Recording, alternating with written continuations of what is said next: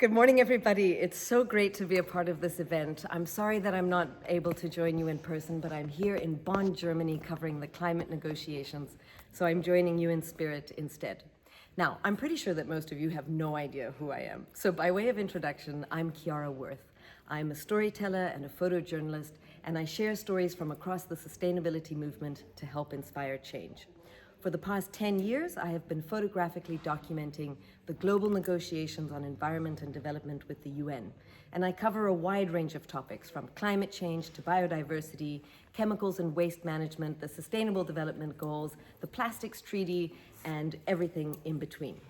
Now, you don't need to do my job to know that we are really at a critical turning point for humanity. The triple planetary crisis of climate change, biodiversity loss, and plastic pollution poses an existential threat, and we have a lot of work to do if we want to join or to be on a more sustainable pathway. Now, today you're going to hear from a lot of amazing people who are involved in different sustainable waste management initiatives. And so to kick things off, I thought I'd give you an update on what's happening with the Global Plastics Treaty. Now, we all know the issue of plastic pollution. The way that we produce, use, and dispose of plastic is harming our ecosystems, it's impacting human and animal health, and it's destabilizing the climate. So what are we doing about it? Back in 2022, the UN Environment Assembly agreed that we need to develop an international, legally binding treaty to address plastic pollution. And recognizing the urgency of this, they set a deadline of 2 years to develop it, so November 2024 this year. Now, as you can imagine, the pressure is on. Plastics is a very complex issue, there's a lot of vested interests, and the negotiations have been extremely challenging. One of the issues is the scope of what the treaty should cover. Should it only focus on plastic pollution, so looking at downstream measures such as recycling or waste management? Or should it also focus on the entire life cycle of plastic, so looking more upstream at the extraction of fossil fuels? As you can imagine, it's a big debate. Another issue is the nature of the treaty.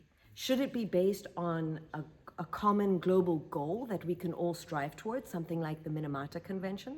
Or should it be based on more nationally determined targets, something like the Paris Agreement?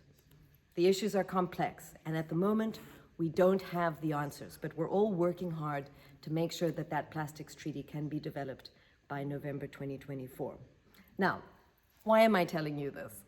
While we over here at the UN battle with geopolitics and negotiations, the work that you are doing on the ground is more critical than ever. The whole point of international policy is to create an enabling environment so that people like you can continue to do the work that you're doing. But the truth is that you're already doing it. So we need you to keep leading the way.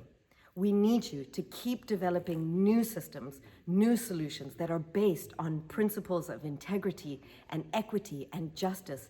And we need you to keep sharing your stories in forums like this so that you can start to influence the global process as well. You are indeed the change makers. The road ahead of us is long, it is hard, but there has never been a better time to start, and every single one of us has a role to play. So I hope you have an amazing day today, and I hope you are inspired by all of the stories that you hear.